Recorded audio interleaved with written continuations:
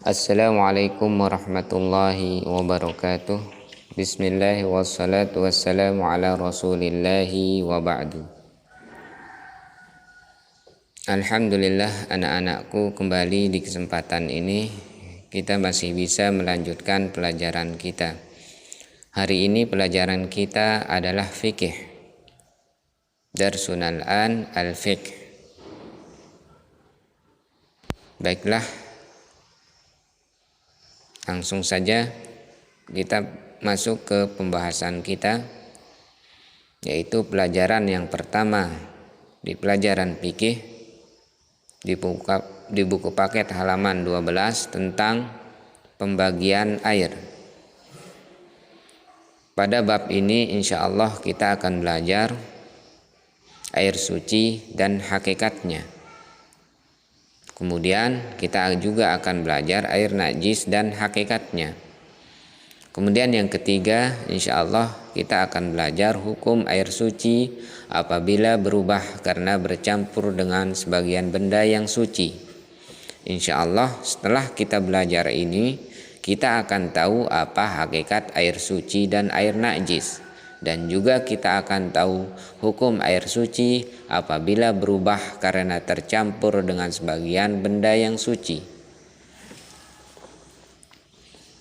Tayyib, kita langsung saja masuk pada pembahasan yang pertama dan kedua, hakikat air suci dan air najis. Anak-anakku, air yang kita gunakan untuk bersuci ada dua. Air yang kita gunakan untuk bersuci ada dua macam atau dua jenis. Yang pertama, air yang sah atau air yang boleh digunakan untuk bersuci. Yang kedua, air yang tidak sah atau tidak boleh digunakan untuk bersuci.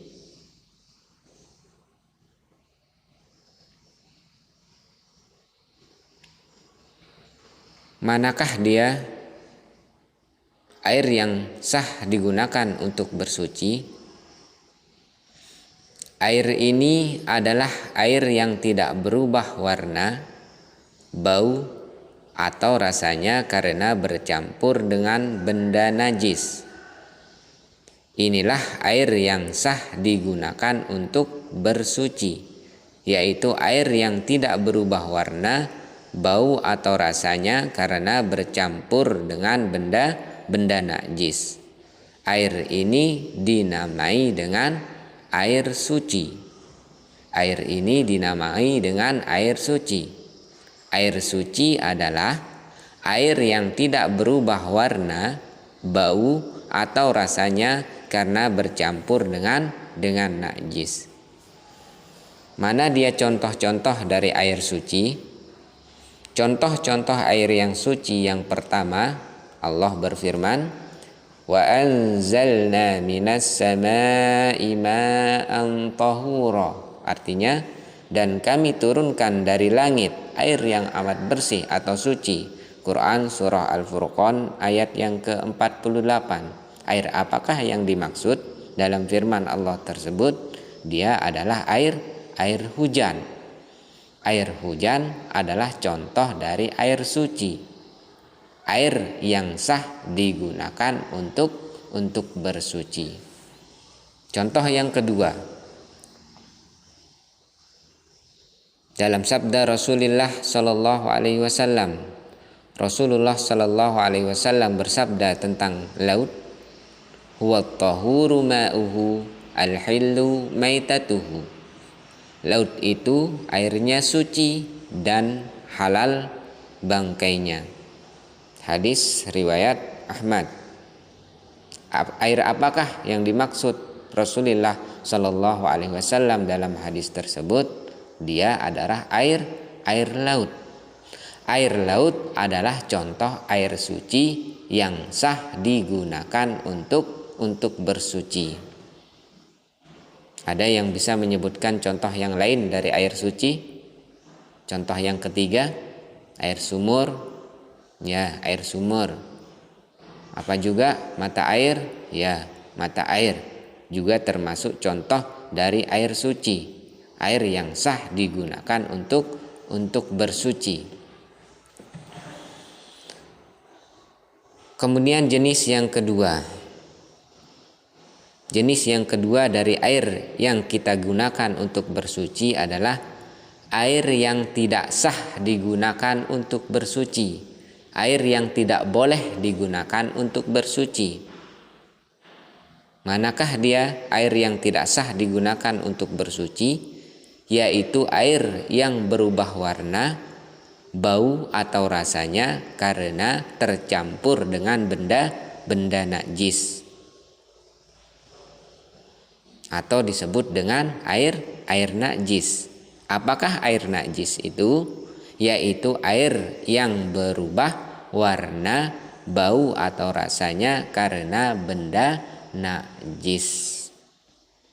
Jadi air najis adalah air yang tidak sah digunakan untuk bersuci. Mana dia contoh-contoh dari air najis? Di buku kalian disebutkan di sana pada halaman yang ke-14. Yang pertama adalah air limbah, air buangan. Kemudian contoh yang kedua, air suci yang kejatuhan darah kemudian warnanya berubah. Air suci yang kejatuhan darah kemudian warnanya berubah. Contoh yang kedua, ada yang mendatangkan contoh yang ketiga dari air najis, air suci yang kejatuhan bangkai sehingga baunya berubah dan warnanya pun ikut berubah. Ada yang mendatangkan contoh yang keempat. Ya, kalian cari sendiri nanti contoh air najis yang lainnya. Kemudian pembahasan yang selanjutnya. Tadi sudah selesai kita bahas hakikat dari air najis dan air suci. Sekali lagi kita ulang, air najis atau air suci adalah air yang tidak berubah warna, bau atau rasanya karena bercampur dengan benda najis. Adapun air najis adalah yaitu air yang berubah warna, bau atau rasanya karena benda najis.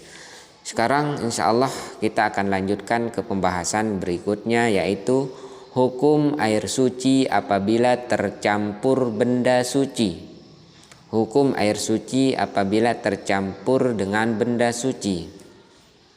Kalian perhatikan bukunya halaman yang ke-14. Apabila air suci tercampur benda yang suci, ada dua keadaannya. Kita sebutkan keadaan pertama, air suci yang tercampur mengalami sedikit perubahan. Perubahan ini tidak mengakibatkan air itu keluar dari nama air mutlak. Ini keadaan yang pertama, apabila air suci bercampur dengan benda yang suci. Keadaan yang kedua, air suci yang tercampur mengalami banyak perubahan. Perubahan ini mengakibatkan air itu keluar dari nama air mutlak. Naam, itu dia keadaan yang kedua, apabila air suci bercampur benda yang suci. Kita sebutkan contoh yang pertama. Contoh air suci yang tercampur mengalami sedikit perubahan. Perubahan ini tidak mengakibatkan air itu keluar dari nama air mutlak. Mana contohnya? Contoh pertama, air suci tertetesi tinta sehingga berubah warnanya. Akan tetapi air itu masih tetap disebut dengan air bersih karena pencampurannya sangat sedikit, belum berubah menjadi air tinta. Hukum air yang seperti itu, hukum air yang seperti ini, air yang tercampur dengan benda suci tetapi sedikit perubahannya, hukumnya adalah boleh digunakan untuk bersuci. Naam. Kemudian keadaan yang kedua, apabila air suci tercampur dengan benda suci. Keadaan yang kedua adalah air suci yang tercampur mengalami banyak perubahan. Perubahan ini mengakibatkan air itu keluar dari nama air mutlak. Air suci yang tercampur mengalami banyak perubahan. Kalau keadaan yang pertama sedikit perubahannya, sekarang yang kedua ini banyak perubahannya karena bercampur dengan sesuatu yang suci. Perubahan ini mengakibatkan air itu keluar dari nama air mutlaknya. Contohnya, ada air suci di dalam gelas, kemudian air itu tertumpahi sebotol tinta banyak, sehingga air itu berubah banyak warnanya menjadi seperti warna tinta dan tidak bisa dikatakan sebagai air mutlak lagi.